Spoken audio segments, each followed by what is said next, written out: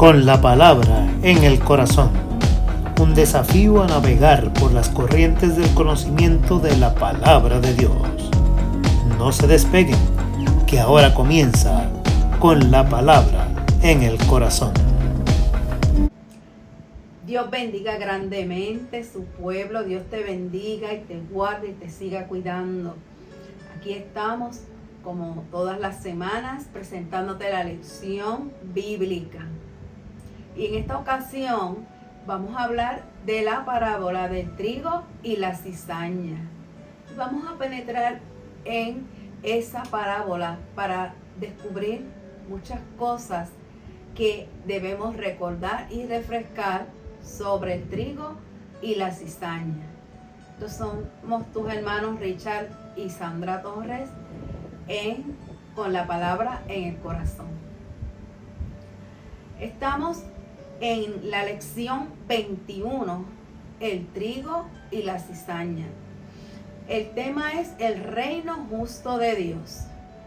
Y el texto bíblico, si no tienes el leccionario en la lección 21, pues puedes buscarlo en la Biblia en Mateo 13, del 24 al 30 y del 36 al 43. El texto para aprender de memoria se encuentra en Mateo 13, verso 30. Y dice así, en el nombre del Padre, del Hijo y del Espíritu Santo. Amén. Dejad crecer juntamente lo uno con lo otro, hasta a los segadores. Recoged primero la cizaña y atadla en manojos para quemarla, pero recoged el trigo en mi granero. Esta lección tiene tres objetivos y el primero es discernir las buenas y malas acciones y sus consecuencias en la vida cristiana. El segundo es conocer que existen creyentes comprometidos y no comprometidos en el pueblo de Dios. Y decidir aceptar los principios del reino de los cielos y entregar el corazón a Dios. En el vocabulario, la primera palabra es trigo. Trigo es el cereal cultivado por excelencia, la base de la alimentación, así como un bien de exportación e intercambio. El significado bíblico de trigo es la representación del fruto de la buena semilla en el reino del Señor. La segunda palabra es cizaña. Cizaña es una planta de la familia de las gramíneas que crece silvestre en Israel. Se caracteriza por su aparente similitud con el trigo, pero no es apta para el consumo humano. La lectura bíblica que nos trae a esta lección, como les dije, comienza en el verso 24 y dice así: en el nombre del Padre, del Hijo y del Espíritu Santo. Amén. Le refirió otra parábola diciendo: el reino de los cielos es semejante a un hombre que sembró buena semilla en su campo. Pero mientras dormían los hombres, vino su enemigo y sembró cizaña entre el trigo, y se fue. Cuando brotó la hierba y dio fruto, entonces apareció también la cizaña. Fueron entonces los siervos del padre de familia y le dijeron: Señor, ¿no sembraste buena semilla en tu campo? ¿Cómo, pues, tienes cizaña? Él les dijo: un enemigo ha hecho esto. Y los siervos dijeron: ¿quieres pues que vayamos y la arranquemos? Él les dijo: no sea que al arrancar la cizaña arranquéis también con ella el trigo. Dejad crecer juntamente lo uno y lo otro hasta la siega, y al tiempo de la siega yo diré a los segadores: recoged primero la cizaña y atadla en manojos para quemarla, pero recoged el trigo en mi granero. Entonces, después de despedir a la gente, entró Jesús en la casa. Se le acercaron sus discípulos y le dijeron: explícanos la parábola de la cizaña del campo. Respondiendo, él les dijo: el que siembra la buena semilla es el Hijo del Hombre. El campo es el mundo y la buena semilla son los hijos del reino y las cizañas son los hijos del malo. El enemigo que la sembró es el diablo. La siega es el fin del mundo y los segadores son los ángeles, de manera que así como se arranca la cizaña y se quema en el fuego, así será el fin de este mundo. Enviará el Hijo del Hombre a sus ángeles y recogerán de su reino a todos los que sirven de tropiezo a los que hacen maldad y los echarán en el horno de fuego. Allí será el lloro y el crujir de dientes. Entonces los justos resplandecerán como el sol en el reino de su Padre. El que tiene oídos para oír, oiga. Hermosa palabra del Señor que llega, y le damos gracias al Señor por la bendición de poderla tener con nosotros. Estaremos ampliando esta lección y algunos datos que les vamos a dar son del libro Las Parábolas de Jesús en el mundo postmoderno del autor Antonio Cruz. Y vamos a empezar recordando y refrescando, vamos a ubicarnos en una parábola del reino vegetal. Vamos a hablar del trigo, que se refiere al alimento básico conocido por todos en esa época y por nosotros también. Y cuando se menciona la cizaña, lo que se está mencionando es las malas hierbas. ¿Y por qué el mensaje en forma literaria de parábolas? Vamos a recordar y refrescar por qué Jesús tuvo que recurrir a este método literario para poder llegar a la gente. ¿Cómo era la gente que estaba escuchando a Jesús? ¿Qué características tenían? Pues miren, muchos de ellos estaban cansados.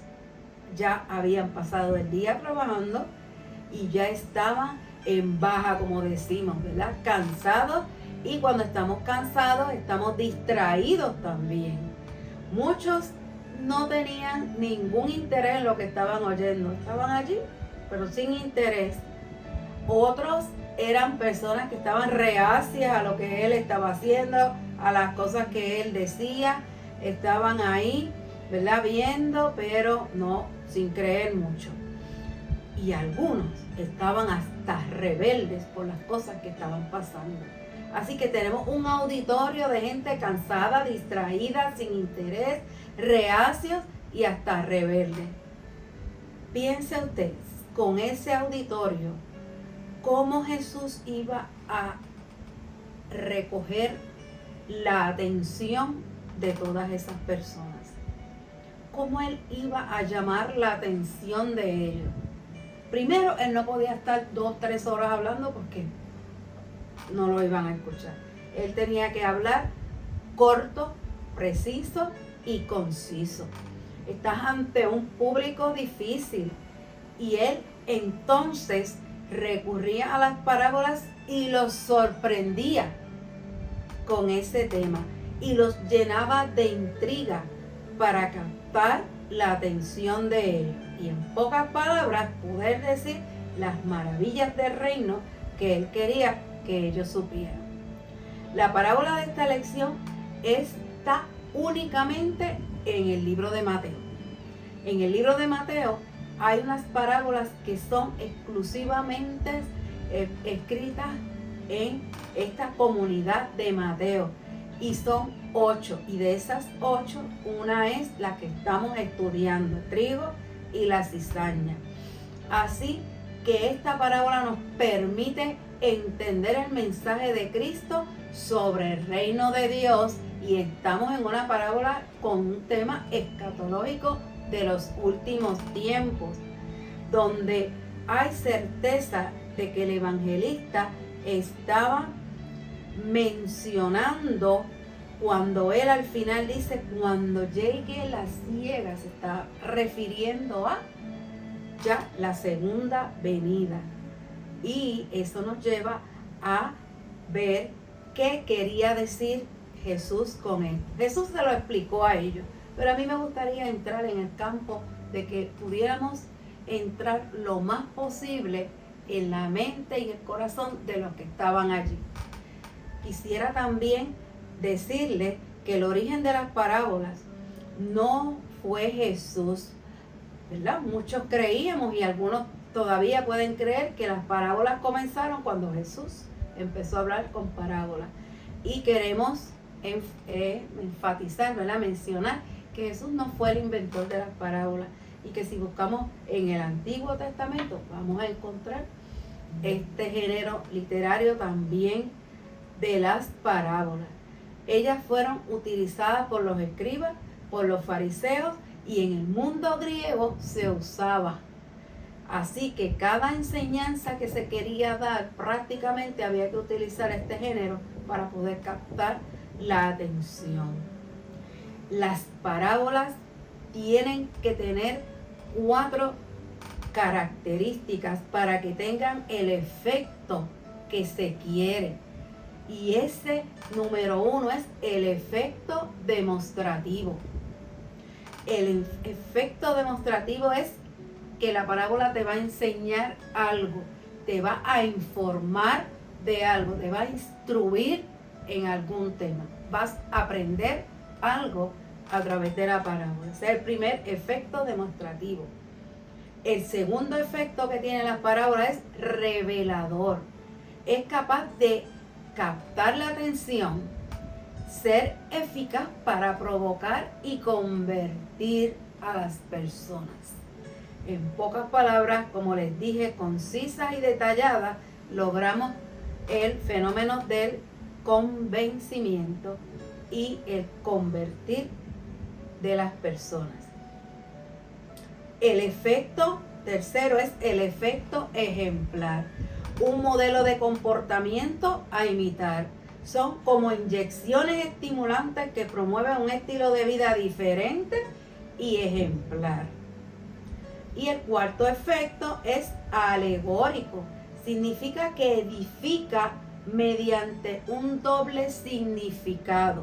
Ese es el efecto alegórico. Así que las parábolas tienen 4 efectos sobre la persona: demostrativo, revelador, ejemplar y alegórico. Vamos al análisis y vamos a ver cómo se desarrolla, cómo Jesús le está hablando de la paciencia a sus discípulos, a los que quieren entender lo que quiere decir la parábola.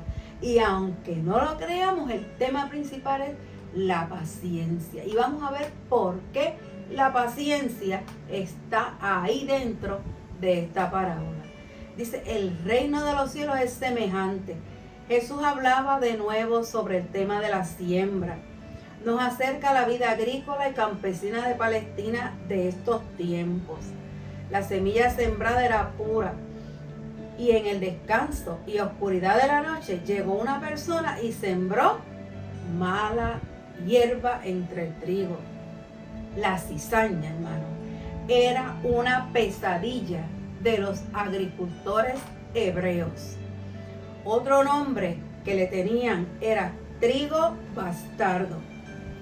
Actualmente, y quiero entrar ahora en la química de la planta, el nombre es Lolium temulentum. Se trata de temulina, una sustancia muy venenosa que se produce en un hongo en los granos de la semilla.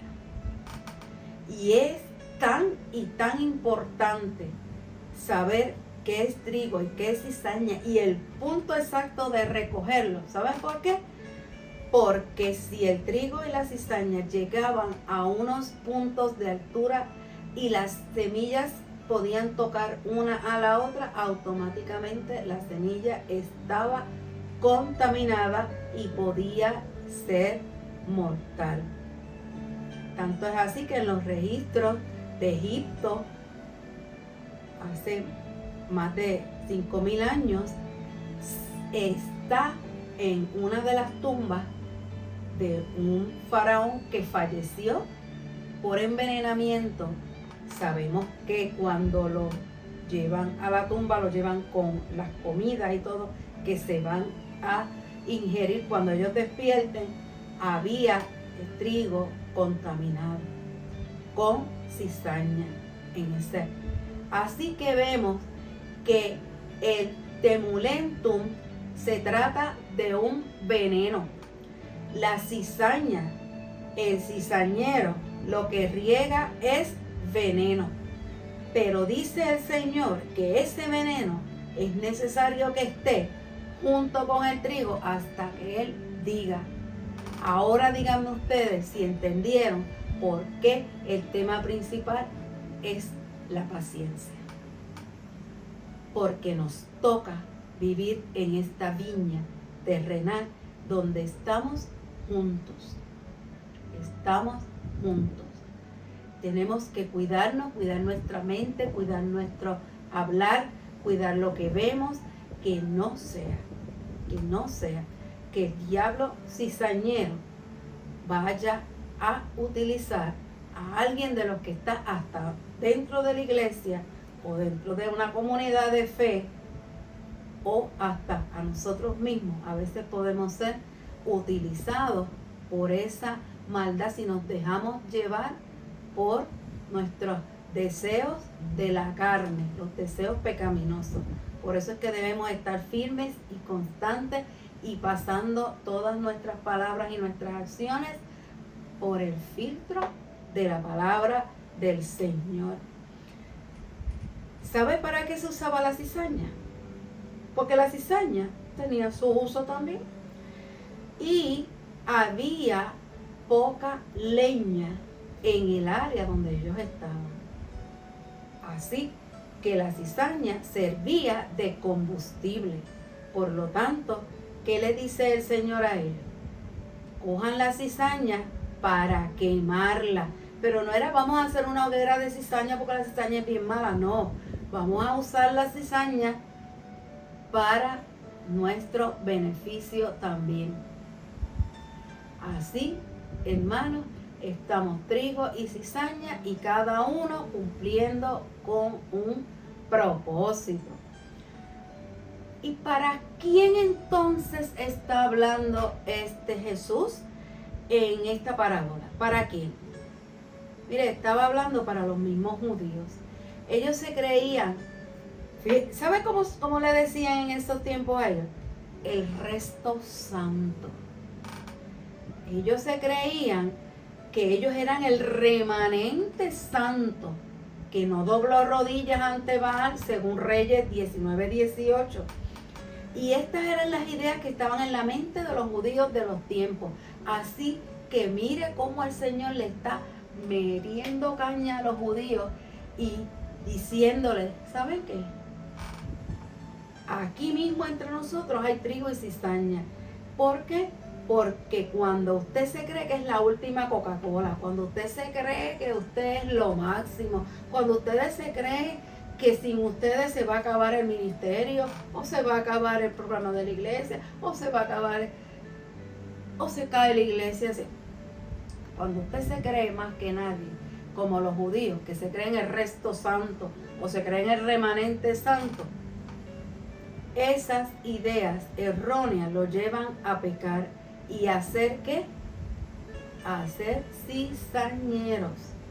Jesús se opone radicalmente, ya que todavía no había llegado la hora. O sea que no se había terminado el periodo de la gracia divina en que estamos viviendo ahora mismo, en la gracia. Cuando ese tiempo llegue, será el mismo Dios quien separará la cizaña y el trigo. A nosotros no nos toca separarlo. Va a llegar el día. Cristo quiere dar ánimo a los discípulos para que sean pacientes. y lleguen a comprender que los malvados y los justos tienen que convivir juntos hasta el final. La manera, el momento del día y la noche en que esa persona llega a la siembra y despierta la idea de que no era un amigo del sembrador, ¿verdad? Son los siervos que reconocen el extraño crecimiento de la maleza, que la distinguen como cizaña. Son dos plantas diferentes que crecen en el mismo predio de terreno, con características físicas casi idénticas y difíciles de identificar hasta que florecen, listas para dar un fruto que afecta el crecimiento saludable de la cosecha.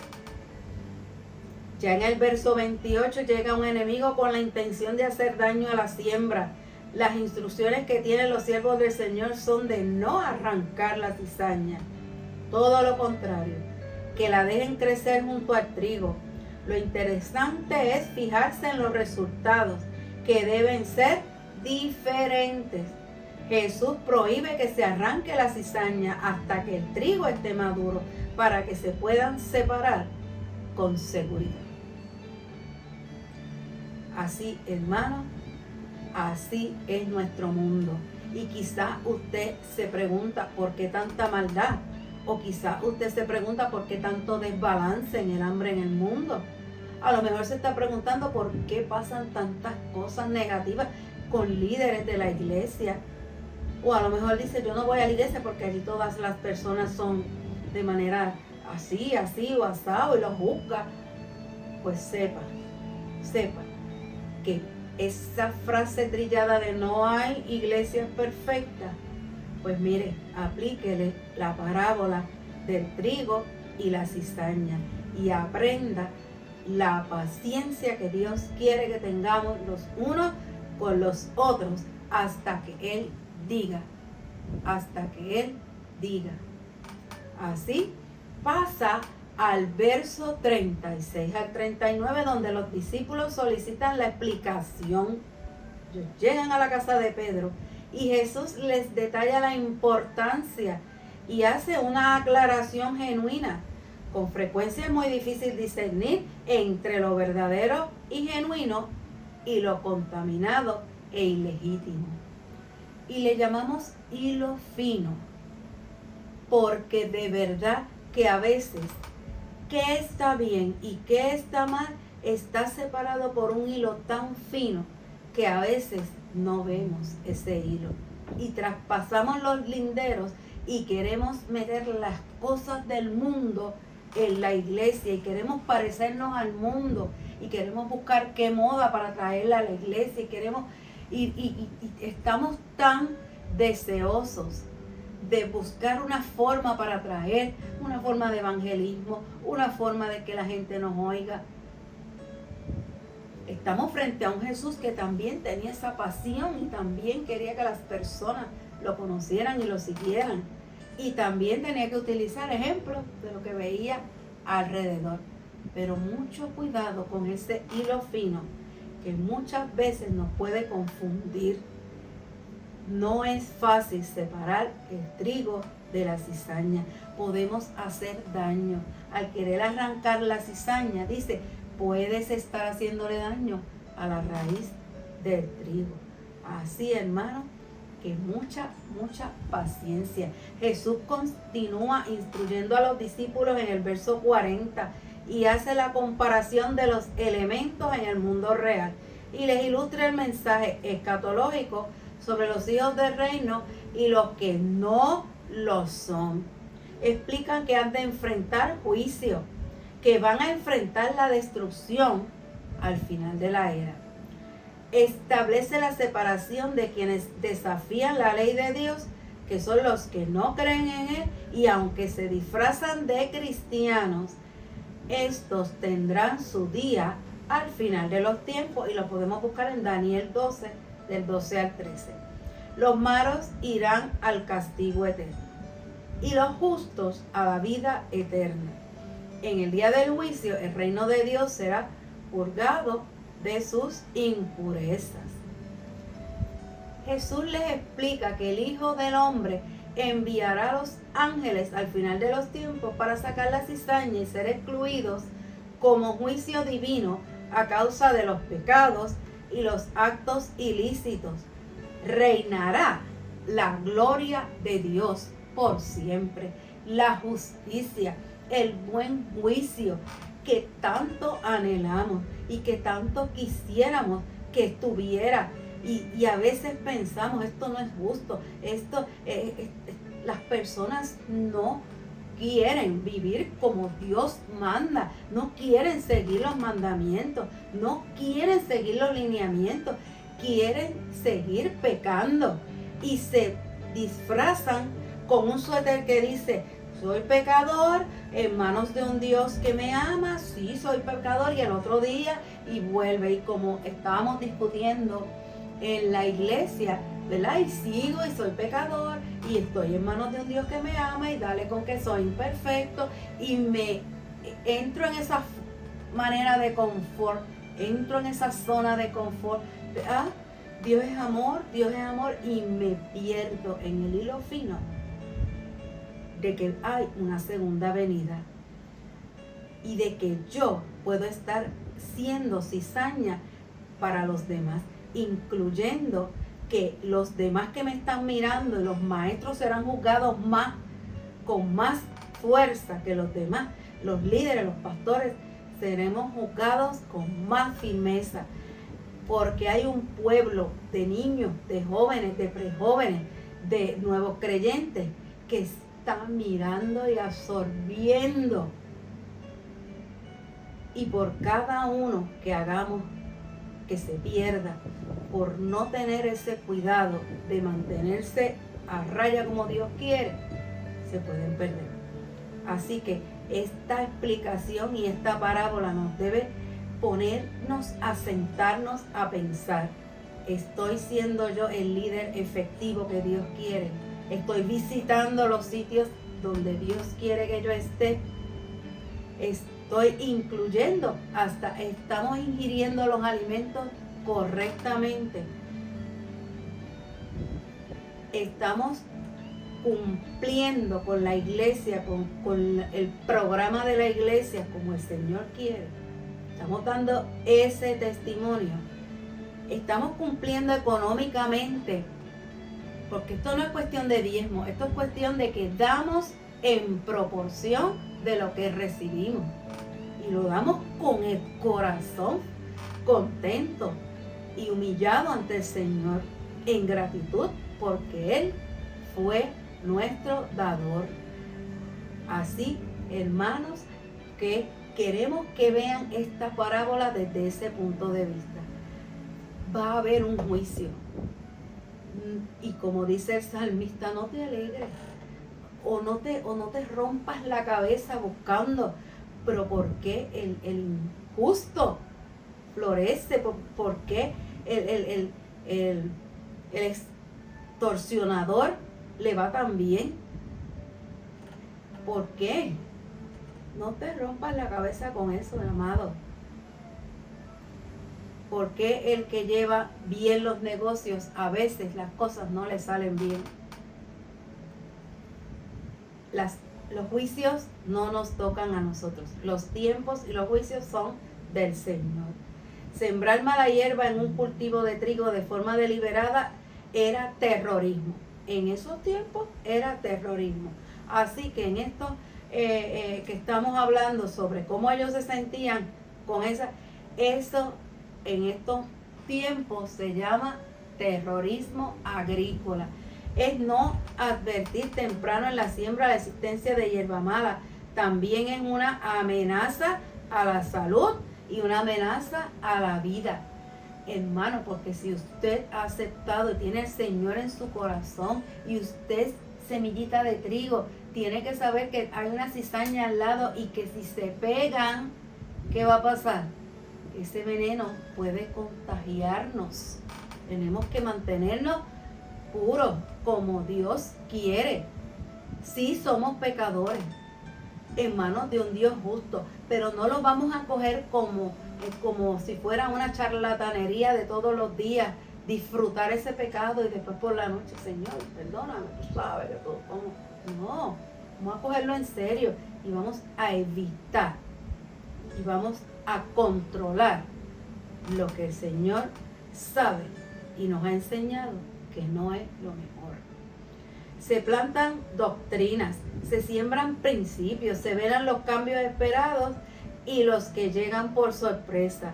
El enemigo se vale de todas las oportunidades, incluso de imitar para arrebatar la palabra de los corazones y atacar la obra de Dios. Repito, atacar la obra de Dios.